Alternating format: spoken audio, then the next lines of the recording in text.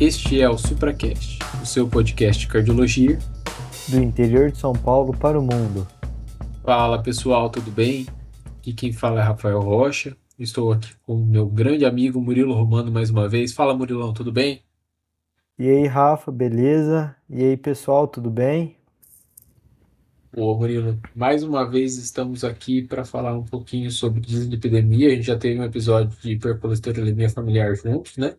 Só que dessa vez a gente vai falar sobre um assunto que gera muita dúvida nos clínicos, gera muita dúvida no consultório, que é a respeito da lipoproteínazinha, né? A famosa LPAzinha, né, Murilo? Pois é, Vamos- Rafa, um assunto bem atual, né? Estão surgindo vários estudos aí na tentativa da gente identificar de forma mais precoce o paciente de alto risco, né? Consequentemente, buscar terapias para intervir nesse paciente. E hoje, então, a gente vai tentar falar um pouquinho sobre esse importante marcador aí, risco de cardiovascular, né? E o que a gente faz, como a gente pode utilizar ele na nossa prática do consultório, certo? Bora lá para o Bora. episódio.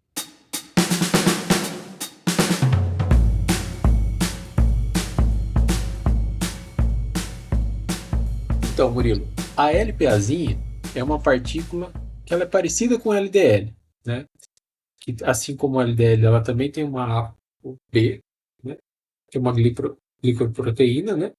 Só que também ela tem, o que chama atenção, né? Qual é a diferença dela, é que ela tem uma molécula chamada apolipoproteína azinho, um azinho minúsculo, né? É diferente da apolipoproteína A, né? Que a gente vê no HDL. Essa molécula, né, que constitui a lipoproteína azinha, ela está associada, né, a LPAzinha está associada a um maior risco cardiovascular, né, principalmente pela associação ali com efeitos pró-inflamatórios, provavelmente associados ali aos fosfolipídios oxidados, né, Murilo? Então, Rafa, e o interessante da LPA, né, é que o nível plasmático dela é essencialmente determinada pela questão genética, né? O nível plasmático ele tende a se manter estável ao longo da vida. Fatores ambientais exercem pouca ou nenhuma influência sobre os níveis de LPA, sendo basicamente determinado pela genética. Mais de 90% dessa concentração plasmática é determinada pela genética, né, Murilo? Então, uma medida na vida, né, está, na maioria dos casos, ali suficiente, né? Inclusive, estudos, né, ao longo dos anos demonstraram essa associação, né, do aumento do risco de doenças cardiovasculares e também do desenvolvimento de estenose aórtica, né? Então, essa associação da lipoproteínazinha é determinante para a gente fazer realmente essa investigação nos nossos pacientes, tá certo? Ô Rafa, e essa correlação, ela é uma correlação independente de outros fatores. Então, assim, é independente do sexo do paciente, é independente da idade do paciente, inclusive é independente dos níveis de LDL. Pacientes com LDL alto ou baixo, mas que têm a LPA elevada, têm um risco cardiovascular maior do que daqueles que não têm a LPA elevada, mesmo tendo LDL baixo ou alto. Perfeito. É um fator de risco independente, né? E quando a gente está falando em concentração sérica, a gente tem que pensar no ponto de corte, né? Sempre quando a gente está fazendo essa investigação de um fator de risco, a gente precisa de um corte para a gente falar se é alto ou baixo, enfim, né? E, e os estudos que foram feitos ao longo dos tempos, né, encontraram um ponto de corte de um maior risco cardiovascular quando a gente fala de uma concentração de LPAzinha maior que 50 miligramas por decilitro ou 125 nanomol por litro. Uai, mas tem duas unidades de medidas aí, né, Murilo? Qual eu devo utilizar, qual que a gente utiliza na prática? Aqui entra um ponto que é importante o ouvinte ficar de olho. Apesar de a gente ter laboratórios que fazem esse exame nessas duas unidades, miligrama por decilitro, a gente está vendo a massa, né, das partículas, e o nanomol por litro, a gente está vendo a quantidade de partículas, o número de partículas. Apesar das duas serem unidades que podem ser aferidas, a unidade recomendada, o método de aferição que a gente deve ser feito, é a concentração de partículas circulantes em nanomol por litro. Por que isso? Eu falei lá no começo que a característica da LPAzinha é justamente ter aquela apolipoproteína A minúscula, né? Essa apolipoproteína A, ela tem uma familiaridade, ela se parece muito com o plasminogênio. E ela é constituída de cadeias de aminoácidos que têm uma conformação muito variável. A gente pode ter partículas grandes, partículas menores dessa apolipoproteína, e isso gerar um peso molecular diferente, né?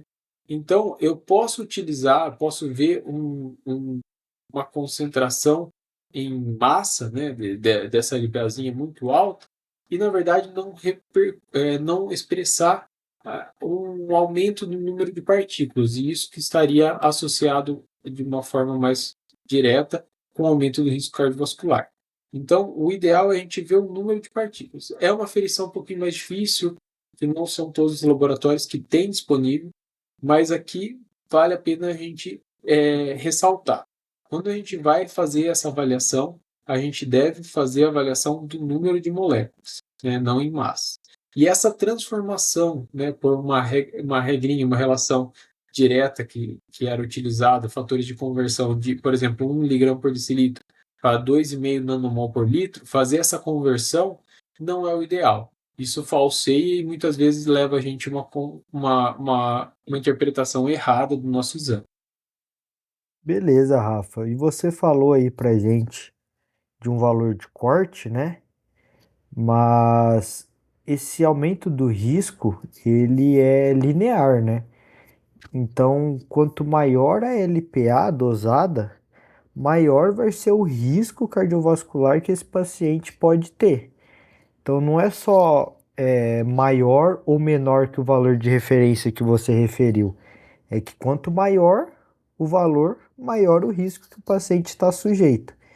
Inclusive, né, valores maior que 180 miligramas por decilitro ou 430 nanomol por litro aumenta 4 vezes o risco de eventos cardiovasculares, que é um risco equivalente à hipercolesterolemia familiar. Inclusive, essa alteração da LPAzinha, ela está presente também nos pacientes que têm a hipercolesterolemia familiar, né? Cerca de 30 até 50% dos pacientes que têm hipercolesterolemia familiar, a gente discutiu um pouquinho no episódio prévio, né? A gente pode ter também a LPA elevada, né? Constituindo também outro fator independente de eventos cardiovasculares que esses pacientes estão submetidos, né? Exatamente. Mas, Rafa, quando a gente vai dosar a LPA, a gente tem que ter ciência de que tem algumas causas secundárias de aumento de LPA, que seriam doenças renais, doença hepática ou tireoidiana, a gravidez, a menopausa e alguns medicamentos. O efeito desse aumento é muito discreto, como você disse no começo do episódio, né? 90% dessa expressão é determinado pela genética, né? Mas realmente, algumas situações como as que você citou, né, a gente pode ter variações, né, aumentar transitoriamente ou definitivamente, dependendo da condição, né, a LPAzinha. Inclusive a diretriz da ESC de 2025 de dislipidemia, que é muito legal, ela até questiona, né, na necessidade, a gente falou anteriormente que uma vez na vida, né, seria o suficiente para a gente determinar o valor de LPAzinho, talvez fazer uma segunda aferição nas mulheres após a menopausa, né? Considerando que a menopausa é uma dessas condições que você falou, que alteram, que podem aumentar a expressão da LPAzinho, talvez seria razoável a gente fazer uma nova aferição para ver se esse aumento pós-menopausa da LPAzinha não pode ser algo que aumente realmente o risco cardiovascular da mulher. Principalmente naquelas pacientes que já tinham uns valores borderline, limítrofes ali, antes da menopausa, né? Então, assim, basicamente, né, quando ou quem que a gente vai pedir a dosagem da LPA? Nas diretrizes anteriores, né, eles davam preferência para aqueles pacientes com histórico familiar de DAC precoce, ou quando algum membro da família tinha uma LPA elevada. Mas hoje, principalmente após essa diretriz mais recente americana de dislipidemia, a indicação é medir em todos os pacientes pelo menos uma vez na vida, né? Visto que o nível plasmático ele tende a se manter ao longo da vida, priorizando é que essa dosagem seja feita antes de qualquer terapia medicamentosa para alguma dislipidemia, né? Então, hoje a gente pode pedir para todos os pacientes, principalmente para a gente estratificar melhor o risco cardiovascular dele, né, Rafa? Essa recomendação de uma avaliação geral, né, a diretriz europeia traz, a diretriz americana traz, e a nossa diretriz também, a diretriz mais recente da SBC, traz como uma recomendação, ainda como uma evidência moderada, mas com uma força de recomendação forte, né?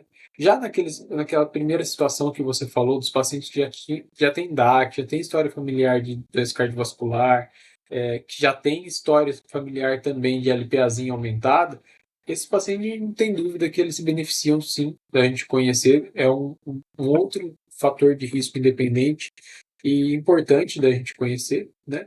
Mas essa recomendação geral é importante.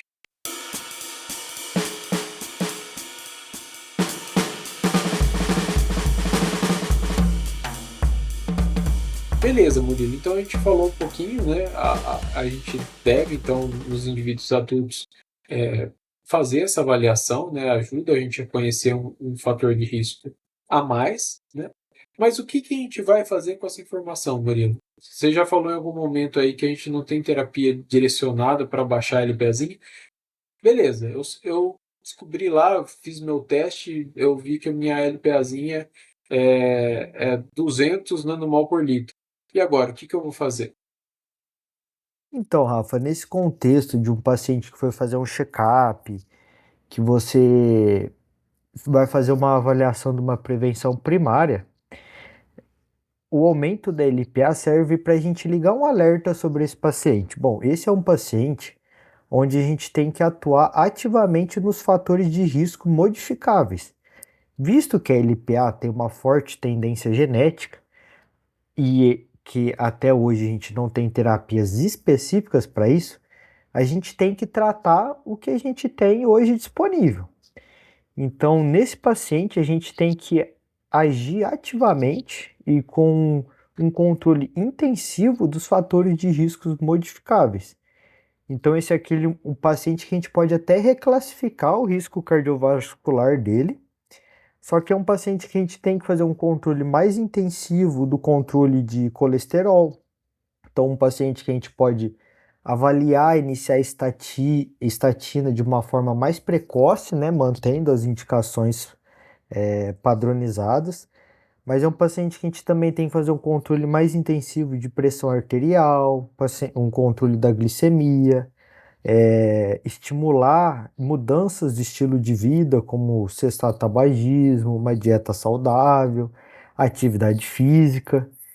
Então, são recomendações neste contexto de paciente, né, Rafa?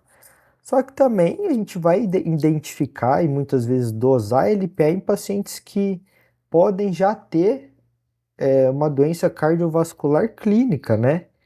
E nesses pacientes muda alguma coisa a nossa visão sobre esse paciente ou acaba sendo a mesma coisa? Boa, Murilo. Então, esses pacientes a gente já conhece, né, já sabe que são pacientes de muito alto risco, que já tiveram doença manifesta. Muitas vezes a gente é aquele paciente que a gente não tem tantos fatores cardiovasculares que explicam fatores de risco, né? claros assim que justifiquem realmente, às vezes, até um evento numa idade mais precoce. E a LPAzinha, por ser um fator de risco independente, pode eventualmente até explicar um fenômeno ali cardiovascular sem outros grandes fatores de risco. Mas esses pacientes, sem dúvida, são pacientes que a gente tem que ser agressivo no controle de risco. Estatina, ezetimiba, né, para controlar bem o LDL e até eventualmente utilizar os inibidores de PCSK9, né? Os inibidores de PCSK9, inclusive, são terapias mais modernas, né, que têm sido estudadas nesse contexto, que parecem, em alguns estudos preliminares, reduzirem os níveis de LPAzinha, mas ainda é difícil da gente falar em rotinizar o uso nos pacientes no geral, né? Mas é uma medicação que ajuda, além do controle da LPAzinha, no controle do LDL também, independente de qualquer coisa, né? Existem, né, Murilo, outras terapias, né, que estão sendo desenvolvidas, principalmente terapias genéticas, né, o uso de RNA, terapias baseadas no RNA injetável, né, para tentar reduzir a produção daquela apolipoproteinazinha, que falei que é parte da LPAzinha, que estão em desenvolvimento, mas que a gente ainda não tem na nossa prática, né? Existe a própria aférese, né, um método para tentar reduzir isso, mas isso na prática clínica nossa não faz muito sentido, né? É um método custoso, que tem a questão logística muito difícil também, invasivo e que, apesar de a gente identificar ele como marcador de risco, a gente não consegue determinar um benefício clínico nessas terapias, pensando nela como alvo. O principal, eu acho que a principal mensagem que a gente tem que ficar nesse caso é reconhecer que esses pacientes têm um risco independente por conta da LPAzinha aumentada. Então a gente tem que fazer, como você falou, ser agressivo nos controles dos outros fatores de risco, né? Então aqueles pacientes que têm uma meta de LDL de baixo intermediário risco, eu posso reclassificar dependendo do nível de LPAzinha, né? Principalmente se for maior que 180, então a gente tem que tratar como um paciente de alto risco, né? Então tem que ser bem agressivo no controle do LDL. E além disso, algo que a gente não citou, como você disse que 90% da concentração da LPAzinha é baseada na questão familiar, na questão genética, conhecer que o meu paciente tem uma LPAzinha aumentada é um motivo para eu pesquisar os familiares. Falar, dose, enfim, nos irmãos, na mãe, no pai. Enfim, vale a pena fazer esse rastreio familiar para, desse modo, identificar mais pessoas que possam estar sobre risco por conta da LPAzinha aumentada. Beleza, Rafa. Então, assim, só para concluir sobre o que tem mais de importante sobre esse tema, a importância, né, de se dosar LPA foi justamente porque tem hoje inúmeros estudos, né, evidências que mostram uma relação independente entre a LPA elevada e doença coronariana, AVC isquêmico e estenose valvar aórtica, né? Dosar pelo menos uma vez na vida a LPA, num contexto de prevenção primária, faz com que a gente reclassifique esse paciente, ligue um alerta, né, para ser um pouco mais incisivo no tratamento, em mudanças do estilo de vida, né? Ou então até naqueles que já têm uma doença cardiovascular manifesta, em que a gente, até mesmo sobre o uso de estatina com um LDL controlado, a gente também fique com o alerta ligado, né? Porque esse paciente ele tem uma causa genética, ou pelo menos uma influência genética significativa, então é um paciente que a gente tem que tomar um pouco mais de cuidado. E através da LPA, né, vem surgindo bastante pesquisa sobre maneiras de da gente intervir nessa produção da LPA através da transcrição de RNA, entre outras terapias, porque fica aquela pergunta na nossa cabeça, né? Será que se a gente reduzir a LPA de um paciente, a gente vai estar reduzindo o risco cardiovascular dele? ou não, né? A gente fica com essa pergunta porque a gente identificou essa relação importante, mas a gente ainda não tem nada que comprove que diretamente reduzir a LPA a gente vai estar reduzindo o risco cardiovascular do paciente, mas a gente sabe que é um paciente com risco maior, né? Perfeito. Então a gente tem que intervir no que está ao nosso alcance, né? São vários, enfim, fatores e terá que novas evidências aí sustentem a intervenção direta no LPAzinho com melhora do desfecho clínico, certo? Bora Beleza, pro Rafa. bate-bola, Munilão? Bora.